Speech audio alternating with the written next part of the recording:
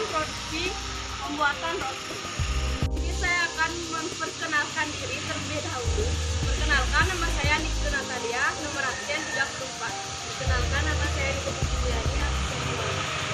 Perkenalkan, nama saya Niki Natalia, nomor absen 37. Perkenalkan, nama saya Gada Ginanti, nomor absen 18. Perkenalkan, nama saya Niki Natalia, nomor absen 36. Baik, di sini saya akan menjelaskan apa itu tahapan produksi. Tahapan produksi yaitu di mana proses input sumber daya diubah menjadi output yang bermanfaat. Tahapan produksi ini meliputi proses perencanaan, penentuan alur, hingga pengiriman produk dan follow up-nya. Baik, tujuan dari tahapan produksi yaitu untuk menghasilkan suatu produk barang, untuk menjaga keberlangsungan hidup suatu organisasi, memberikan nilai tambah atau value terhadap suatu barang, untuk mendapatkan keuntungan sehingga tercapai tingkat kemakmuran yang diinginkan. Ada berbagai cara dalam membuat roti yang dikenal dengan metode atau sistem adonan.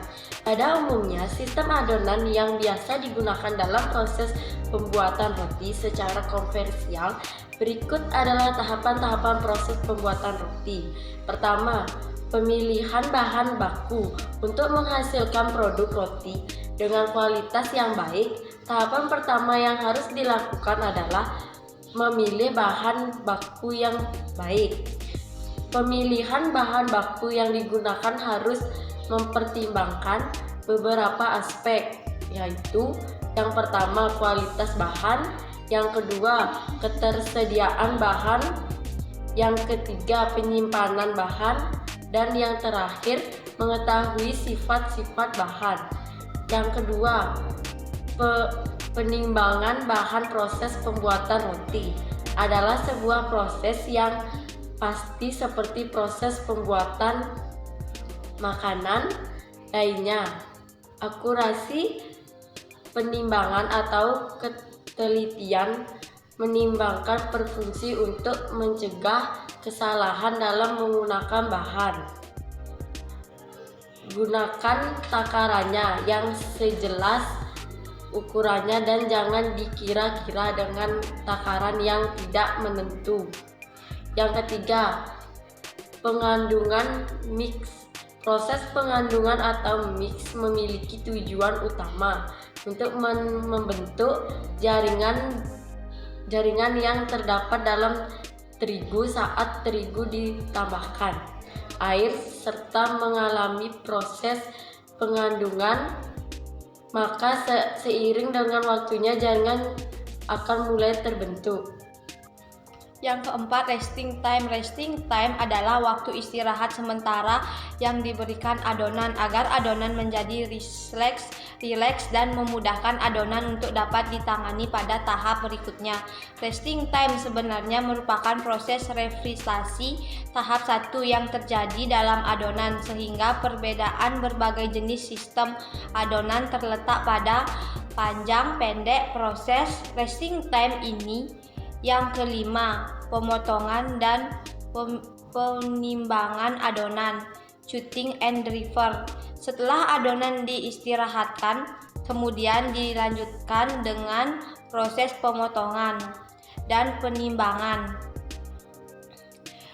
sesuai ukuran adonan yang dikehendaki. Saat melakukan proses pemotongan dan penimbangan ini harus dilakukan secara cepat dikarenakan proses pemanggangan adonan tetap berjalan.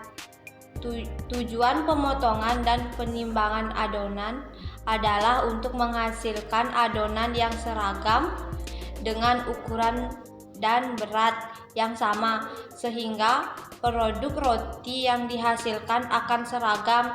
Yang keenam, pembulatan rounding. Rounding atau pembulatan adalah proses untuk membulatkan adonan, baik dengan menggunakan tangan maupun mesin.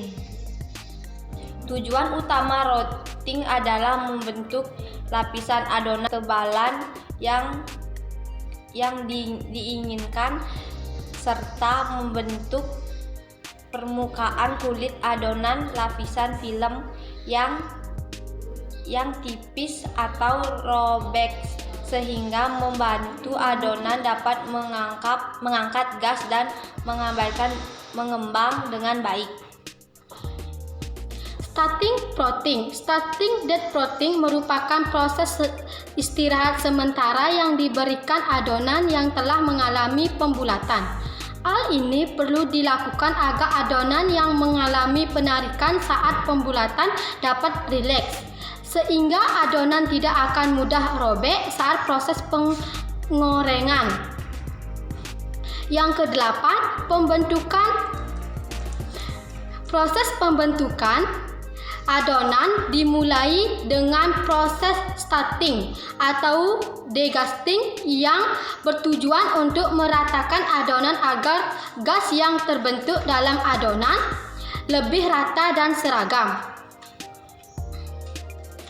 Selanjutnya, adonan akan mengalami proses penggulungan dan perekatan bagian bawah adonan.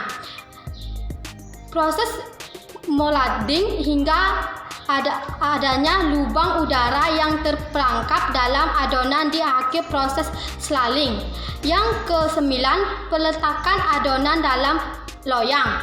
Proses peletakan adonan dalam loyang dilakukan dengan memperhatikan posisi adonan yang terkunci. Lapisan perekat adonan harus berada pada bagian bawah. Hal ini dilakukan untuk mencegah lipatan perekat adonan terbuka pada saat final proofing dan pemanggangan. Yang ke-10, final proofing. Final proofing atau fermentasi akhir merupakan proses pengembangan adonan hingga mencapai besar adonan yang optimal. Selain terjadinya kenaikan volume dalam proses final proofing, juga dihasilkan alkohol, serta terjadi kenaikan suhu adonan, panas, dan pembentukan rasa. Yang ke-11, pemanggangan atau pengovenan. Proses pemanggangan, baking process, merupakan proses akhir dan terpenting dalam pembuatan roti. Menurut Player 1979, dalam proses pemanggangan terjadi perpindahan panas oven yang akan mengubah adonan menjadi produk ringan, berongga, prous, siap cerna, dan kaya rasa. Perubahan biokimia yang terjadi dalam proses pemanggangan sangat kompleks yang melibatkan inaktivasi enzim yeast, perubahan pati dan glutea dalam adonan. Yang ke-12, pengeluaran dari loyang depaning. Adonan yang sudah mengalami proses pemanggangan kemudian dikeluarkan dari loyang secara langsung. Yang ke-13, proses pendinginan atau cooling.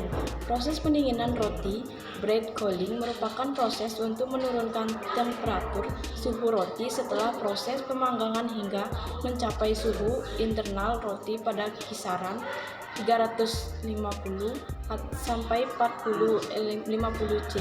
Kondisi cooling harus dipertahankan pada kisaran suhu tersebut untuk menghindari terjadinya kehilangan kadar air dalam jumlah berlebihan.